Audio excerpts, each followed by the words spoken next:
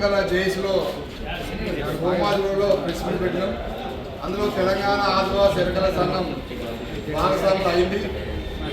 అందులో భాగంగానే ఈరోజు రేపు ప్రభుత్వాన్ని విన్నవించుకుంటున్నాం. ఏదైతే కాంగ్రెస్ ప్రభుత్వము ఎన్నికలటువంటి వాగ్దానము ఎరకల కార్పొరేషన్ ఏర్పాటు చేసి 500 కోట్ల రూపాయలు భరిస్తానటువంటి మాటను మీరు ఇప్పుడు 1 ఇయర్ అయింది, ఇంత కూడా ప్రక్షాళన చేస్తలేరు, దాని మీద మాట్లాడతలేరు. అది వెంటనే మరి తెలంగాణలో దాదాపుగా 8 లక్షల జనాభా కలిగి ఉండి విద్యా ఉద్యోగ ఉప రంగాలు వెనుకబడి ఉండి రాజకీయంగా వెనుకబడినటువంటి ఈ జాతిని మరి గత ప్రభుత్వాలు పట్టించుకోలే, మరి ప్రస్తుత ప్రభుత్వం కూడా పట్టించుకోవని చెప్పి అని కూడా మీరు దాని మాట్లాడీలు ఖచ్చితంగా వెంటనే ఎరకల జాతి అభివృద్ధి కోసం ఎరకల కార్పొరేషన్ ఏర్పాటు చేయమని చెప్పి నేను ప్రభుత్వాన్ని డిమాండ్ చేస్తున్నా, నేను విజ్ఞప్తి చేస్తా ఉన్నా. ఇందులో భాగంగా అత్యధికంగా ఈ తెలంగాణ ప్రాంతంలో, ఈ తెలంగాణ రాష్ట్రంలో మైదాన ప్రాంతం ఉన్నటువంటి ఆదివాసీ ఎరకల బిడ్డలు పూర్తిగా నష్టపోతూ ఉన్నారు. వాళ్ళకు ఎటువంటి రాజ్యాంగ ఫలాలు అందలేవు, వాళ్ళ పిల్లలకు ఉద్యోగాలు లేవు, ఉపాధి లేదు. ఇలా ఉన్నటువంటి కొన్ని కథలు మాత్రమే మరి బలంగా ఉన్నాయి. కాబట్టి దయచేసి ఎరకల జాతి గుర్తించి ఖచ్చితంగా మీరు న్యాయం చెప్పి కోరుతా ఉన్నా. గత ప్రభుత్వం కేసీఆర్ గారు గుర్తించి రాష్ట్రంలో మంత్రుల కోసం ఎరకల అభివృద్ధి కోసం ఎరకల ఎంపవర్మెంట్ స్కీమ్ ప్రవేశపెడితే ఇంతవరకు కూడా మరి ప్రభుత్వం కనిపెట్టలేదు. మరి ఎరకల ఎంపవర్మెంట్ స్కీమ్ అది ఎటైపోయింది, అది ఎక్కడ ఉన్నది? దానికి 60 కోట్ల రూపాయలు గత ప్రభుత్వం ఇచ్చింది. 60 కోట్ల రూపాయలు ప్రభుత్వం ఇచ్చింది ఏమైపోయింది? వెంటనే ప్రభుత్వము చొరవ తీసుకొని తెలంగాణ వ్యాప్తంగా 50,000 మరి కుటుంబాలు 15,000 జీవిస్తా ఉన్నారు. అటువంటి కుటుంబాలకు గత ప్రభుత్వం ఎరకల ఎంపవర్మెంట్ స్కీమ్ వెంటనే ప్రవేశపెట్టి 60 కోట్లు ఇచ్చేటువంటి పరిస్థితి ప్రభుత్వం చేయాలని చెప్పేసి నేను ప్రభుత్వాన్ని విజ్ఞప్తి చేస్తున్నా, నేను డిమాండ్ చేస్తా ఉన్నా. అదే కాకుండా ఇలా మొత్తం మైదాన ప్రాంతం ఉన్నటువంటి మరి 6 జిల్లా కోసం ప్రత్యేక ఐపీడీ ఏర్పాటు చేసిరు. మరి ఐపీడీలో కూడా పట్టు చేయాలన్నాయి, మరి బడ్జెట్ ఏమైంది? మరి అలానే మరి ఎస్ఎస్సీ కమిషన్ ఒకటే చేసిరు. మరి గత రాష్ట్రంలో ఉన్నటువంటి ప్రభుత్వము సపరేట్ గా ఎస్సీ కమిషన్ ఏర్పాటు చేసినటువంటి పరిస్థితి ఉన్నది. మరి అదే పద్ధతిలో ఈ తెలంగాణలో కూడా మరి ఖచ్చితంగా మరి రాజశేఖర రెడ్డి గారు ఉన్నప్పుడు ఎస్సీ కమిషన్ చెప్పి మరి ఫైల్ కూడా ఉన్నది. వెంటనే మరి ప్రభుత్వం స్పందించి మరి రాష్ట్రంలో మరి ఎస్ఎస్సీ సపరేట్ చేసి ప్రత్యేక ఎస్సీ కమిషన్ ఏర్పాటు చేసి ఆ ఎస్సీ కమిషన్ చైర్మన్ గా ఎరకల సామర్థ్యం అని చెప్పేసి కూడా నేను ప్రభుత్వానికి తెలియజేస్తున్నా. దయచేసి రాష్ట్ర ప్రభుత్వం, కాంగ్రెస్ ప్రభుత్వం ఇంద్రమో రాజ్యం అంటే పేద రాజ్యం అన్నారు, కాంగ్రెస్ ప్రభుత్వం అంటే పేద ప్రజలు అన్నారు. అటువంటి రాష్ట్రంలో అటువంటి ప్రభుత్వంలో మేము ఉన్నాం. మాకు ఖచ్చితంగా న్యాయం చేయకపోతే మాత్రం ఖచ్చితంగా మేము ప్రభుత్వం పైన మరి కొన్ని కార్యక్రమాలు చెప్పి నేను గుర్తిస్తున్నా. దయచేసి మేము రిక్వెస్ట్ చేస్తా ఉన్నాం, మేము బదులాడుతూ ఉన్నాం, సంవత్సరం తిరుగుతూ ఉన్నాం, మంత్రులు తిరుగుతూ ఉన్నాం, మేము అన్ని లెటర్లు ఇచ్చినాం. ఇంతలో కూడా ఏ మంత్రి కూడా స్పందిస్తలేరు, ఎవరు స్పందిస్తలేరు. దయచేసి ఈ గిరిజన శాఖ మంత్రిగా మీరే ఉన్నారు కాబట్టి ఖచ్చితంగా మా సమస్య ప్రజలు విధంగా మీరు ప్రభుత్వ పాలకులు వివరించాలని చెప్పేసి నేను ప్రభుత్వాన్ని విజ్ఞప్తి చేస్తున్నా. ముఖ్యంగా రాష్ట్ర ముఖ్యమంత్రి వర్యులు మా యొక్క ఎరకల గుర్తించి మాకు న్యాయం చేయమని చెప్పి నేను ప్రభుత్వాన్ని కోరుతా ఉన్నా, నేను విజ్ఞప్తి చేస్తా ఉన్నా.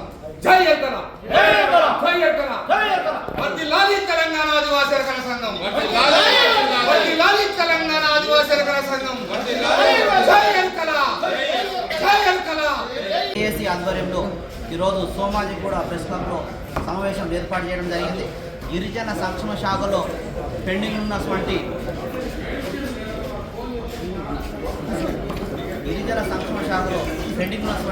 నిరుద్యోగ యువతులు అప్లై చేసుకున్నటువంటి సంక్షేమ పథకాల నిధులు, సబ్సిడీ నిధులు వెంటనే విడుదల చేయాలి రాష్ట్ర ప్రభుత్వం.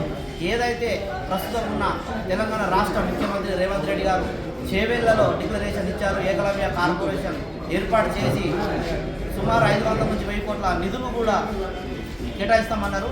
ఇమీడియట్గా ఆ నిధులు కేటాయించి ఏకలవ్య కార్పొరేషన్ ఏర్పాటు చేయాలి. ఎస్సీ ఎస్టీ కమిషన్ విభజన కూడా జరగాలి. ఎస్టీలది సపరేట్ ఎస్టీ కమిషన్, ఎస్సీలది ఎస్సీ కమిషన్ ఏర్పాటు చేసి ఈ 2 వర్గాలకు కూడా న్యాయం చేయాలని ఈ సందర్భంగా డిమాండ్ చేస్తున్నాం.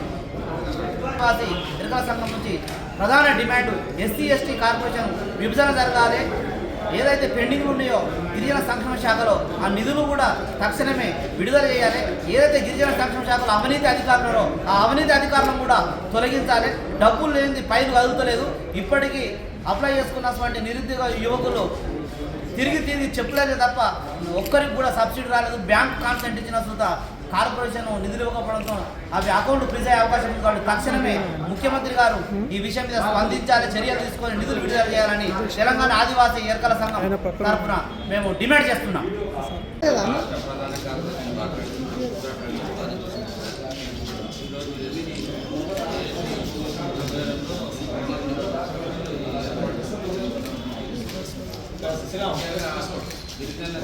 విద్యార్థులకు ఈ పాస్ స్కాలర్షిప్ కూడా రావడం గత